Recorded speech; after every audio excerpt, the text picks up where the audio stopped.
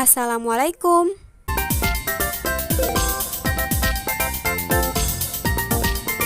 Halo.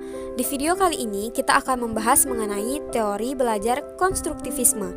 Konstruktivisme adalah sebuah filosofi pembelajaran yang dilandasi premis bahwa dengan merefleksikan pengalaman, kita membangun dan mengkonstruksi pengetahuan pemahaman kita tentang dunia tempat kita hidup.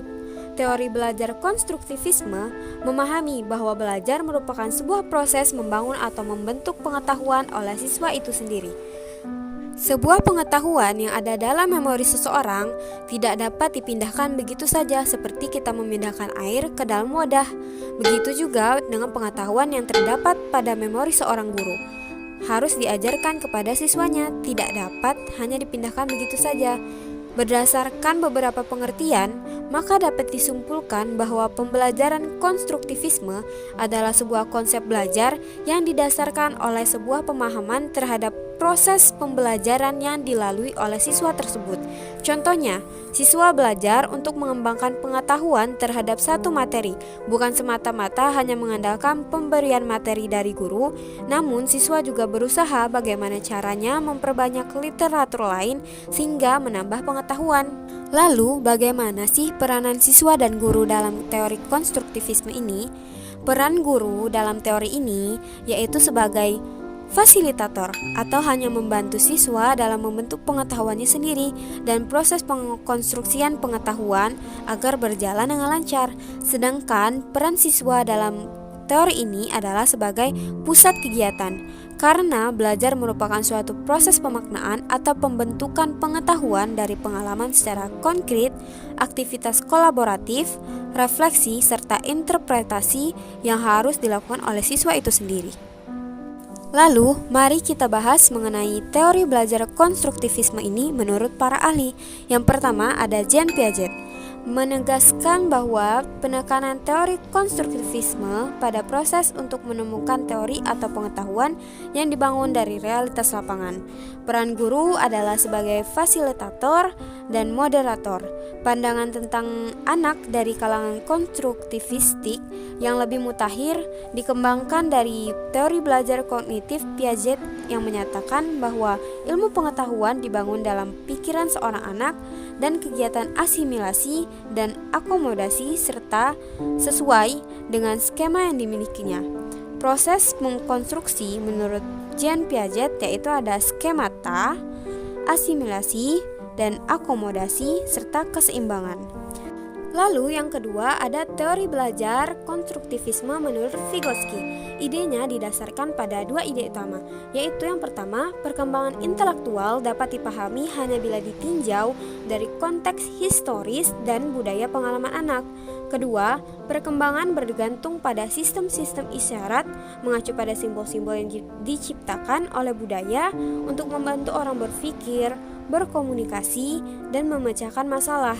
Dengan demikian, perkembangan kognitif anak mencarakan sistem komunikasi budaya dan belajar menggunakan sistem-sistem ini menyesuaikan proses-proses berpikir diri sendiri.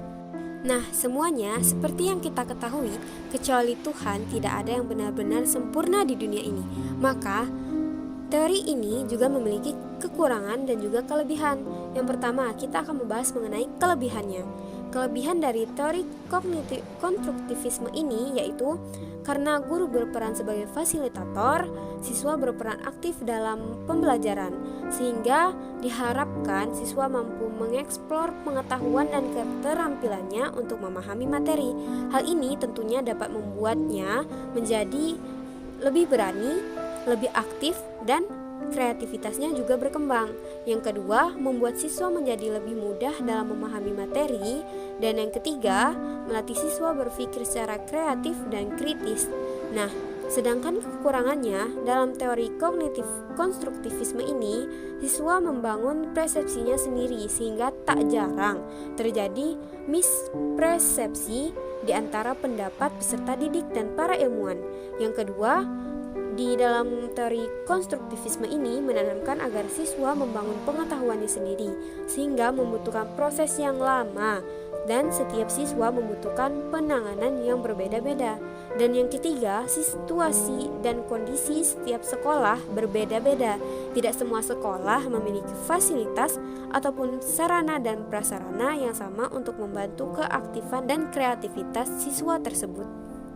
Sekarang, mari kita bahas mengenai aplikasi teori konstruktivistik dalam pembelajaran. Yang pertama, membebaskan siswa dari belenggu kurikulum yang berisi fakta-fakta lepas yang sudah ditetapkan dan memberikan kesempatan kepada siswa untuk mengembangkan ide-idenya secara lebih bebas. Yang kedua, menempatkan siswa sebagai kekuatan timbulnya interest untuk membuat hubungan ide-ide atau gagasan-gagasan, kemudian memformulasikan kembali ide-ide tersebut serta membuat kesimpulan-kesimpulan.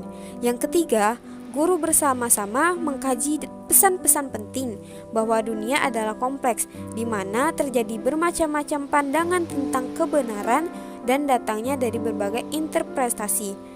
Yang keempat, guru mengakui bahwa proses belajar serta penilaiannya merupakan suatu usaha yang kompleks, sukar dipahami, tidak teratur, dan tidak mudah dikelola.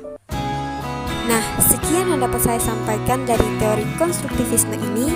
Apabila ada kesalahan saya mohon maaf, dan terima kasih telah menonton video ini hingga akhir. Wassalamualaikum warahmatullahi wabarakatuh.